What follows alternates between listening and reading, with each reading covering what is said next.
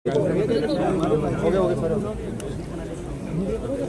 थोड़ा बता दें आज आए हैं क्या देश में बात के पुत्र की जो मृत्यु हुई उसने बार बार मारने के लिए यहाँ पर आए थे और एक 22-23 साल का नौजवान इस प्रकार अपनी जान खो दे, ये बहुत दुख की बात है, ना सिर्फ इस परिवार के लिए, समाज के लिए, लेकिन पूरे देश प्रदेश के लिए। और जैसा आप जानते हैं मुझे 4 बच्चे, 3 बच्चियाँ हैं, 1 लड़का, और इस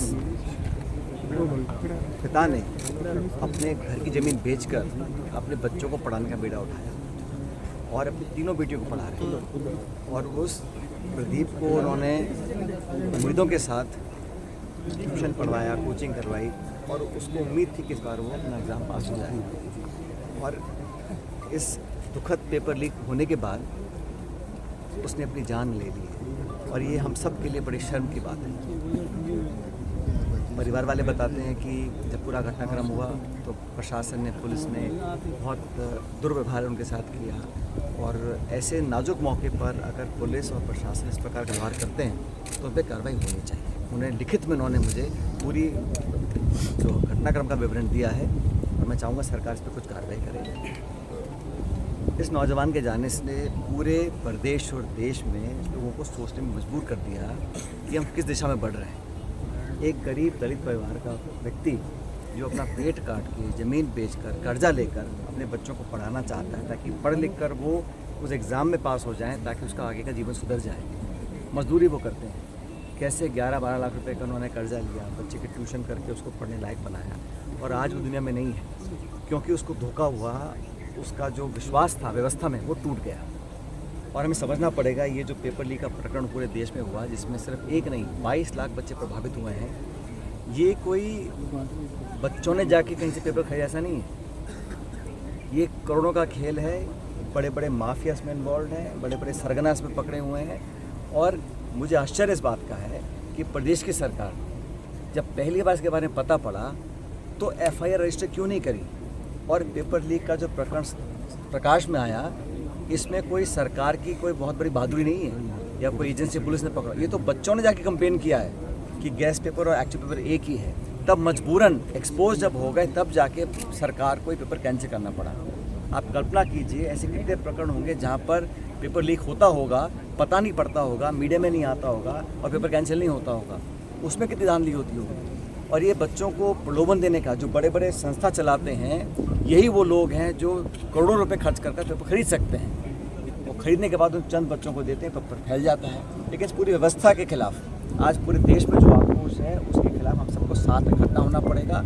और मुझे लगता है कि सरकार को जिम्मेदारी तय करनी पड़ेगी। हर साल पेपर लीक हो रहा है, CBI की जाँच हो रही है। जो पिछले पेपर लीक हुआ था वो CBI की जाँच की रिपोर्ट क्या है, किसको दोषी ठहराया गया, किसकी जवाबदारी तय की गई, कुछ नहीं हुआ। आज भी मैं पेपर लीक को एक ऐसा जुर्म मानता हूँ, ऐसा एक क्राइम है जिसकी जितनी सज़ा दी जाए वो नाकाफ़ी है। और भविष्य में बच्चों के फ्यूचर के साथ खिलवाड़ करने का अधिकार किसी को नहीं है, किसी नेता को, अधिकारी को, कर्मचारी को, व्यवसायी को, संगठन, किसी को नहीं है। हमारे देश के नौजवानों के भविष्य को अंधकार में डालने का किसने अधिकार दिया है? वो लोग जो इसमें इन्वॉल्व हैं, सुन लीजिए, जो लोग इसमें इन्वॉल्व हैं उस पर कार्रवाई करने के लिए आपने CBI को जांच दी थी। लेकिन जो 3 साल से लगातार लीक हुआ है अब तक किसको दंडित किया गया है? और जिस विभाग में हो रहा है उस विभाग के शिक्षा मंत्री को नैतिक जिम्मेदारी लेते हुए इस्तीफा देना चाहिए। कितने और पेपर लीक करवाएंगे, कितने और नौजवानों की जान जाएगी, तब जाके अपने आप को अकाउंटेबल कहलवाएंगे। तो सरकार ने अभी तक कोई इसमें स्टेटमेंट नहीं दिया है। आपने देखा होगा ये वो सरकार है जो हर छोटे बड़े मुद्दे पर श्रेय लेने के लिए आगे आ जाती है। लेकिन आज जब पूरा देश शर्मसार हुआ है, 22 लाख बच्चों का भविष्य अंधकार में ढकेल दिया है, उसके लिए कौन अकाउंटेबल है, कौन जिम्मेदार है, किसने आकर कहा कि हाँ साहब मैं इसकी नैतिक जिम्मेदारी लेता हूँ। सर प्रदेश की सरकार पेपर लीक के मामले में आई और अब तक प्रदेश की सरकार ने इसमें कोई एक्शन नहीं लिया, तो क्या मानते हैं कि प्रदेश की सरकार या तो किसी दबाव में है या वो कार्रवाई करना नहीं चाहती।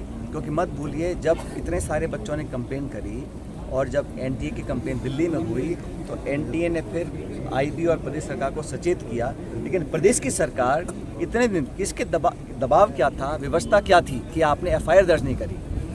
जब सीबीआई ने एफआईआर दर्ज कर ली है तो यहाँ पर जब पकड़े गए 14-15 लोग पहली बार पकड़े गए थे, तो किसके दबाव में, किस कारण से आपने ये एफआईआर दर्ज नहीं करी? जब पुलिस अधिकारी खुद बोल रहे हैं फिर भी सरकार ने एफआईआर दर्ज नहीं कराई, मतलब कुछ छुपाना चाहते थे। मैं फिर कह रहा हूँ, ये जो बड़ी बड़ी संस्थाएँ हैं जो सिस्टम चलाती हैं, हज़ारों बच्चों को पढ़ाने का, कोचिंग का काम करती हैं, इन्हीं लोगों ने कहने की सांठगांठ की होगी, ऐसा लगता है, प्रतीत होता है मुझे।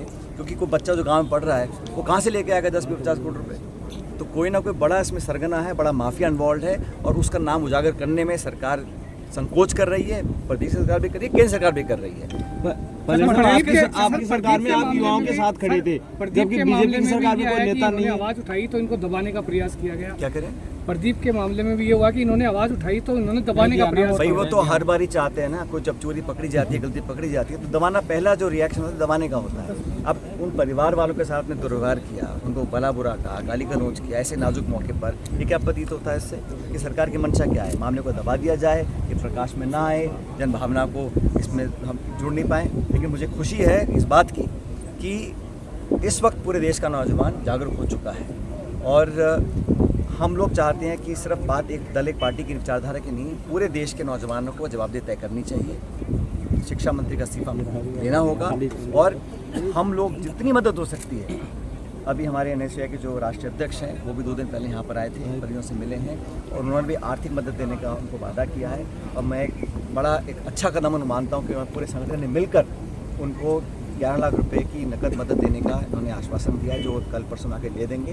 उसके बाद भी अगर कुछ मदद होगी परिवार को, तो राहुल जी ने खुद इनसे बात की है, पूरी कांग्रेस पार्टी ने समर्थन किया है, और हम सब इस परिवार के साथ हैं जो खुद खड़ी कर। सर 2026 का पेपर इन्होंने रद्द कर दिया, लेकिन 2024 और 25 को लेकर भी अब तक नहीं बोल रहे हैं, तो क्या कहेंगे? मैंने कहा ना, ये कोई बोल नहीं रहे ना।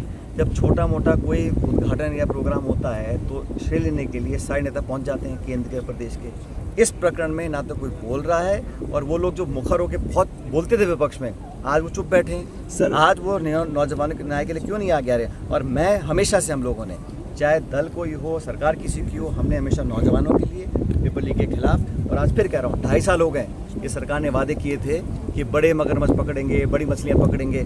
अब जब इतनी बार पेपर लीक हो गया और नाम राजस्थान से जुड़ रहे हैं, तो किसको आपने पकड़ा, किसको अंदर किया, किस पे केस किया, बताया सरकार? सर 2.5 साल की बात कर रहे हैं, लेकिन कोर्ट ने 31 जुलाई डेडलाइन की है। सर क्या कहेंगे कि सरकार चुनाव कराने के मूड में है या नहीं? सुन लो, 2.5 साल में ना तो उन्होंने कोई छात्र संघ के चुनाव कराए हैं, ना नगर पालिका कराए हैं, ना पंचायत चुनाव कराए हैं। और आप देखिए बहाने क्या देते हैं कोर्ट में कि गर्मी ज़्यादा है और रिपोर्ट नहीं आई है, बहानेबाजी कर कर चुनाव टालना चाहते हैं। और अब जब पेपर लीक हो गया, अब क्या मुँह लेके जाएंगे? पायलट साहब, आप ये तो चुनाव कराना चाहते नहीं है, और कोर्ट ने पहले भी कहा था, दोबारा आदेशित किया है कि 31 जुलाई से पहले चुनाव कराएं, और हम चाहते चुनाव हों। लेकिन मुझे लगता है कि दोबारा कोर्ट का, सुप्रीम कोर्ट जाएंगे और चुनाव डालने की कोशिश करेंगे। पायलट साहब, जब आपकी सरकार थी तो आप युवाओं के साथ खड़े थे। उधर मैं बात करूं, बीजेपी की सरकार है, नेता पेपर माफियाओं के साथ खड़े हैं। देश का किस दिशा में जा रहा है? यही सवाल पूरा देश पूछ रहा है भाजपा से।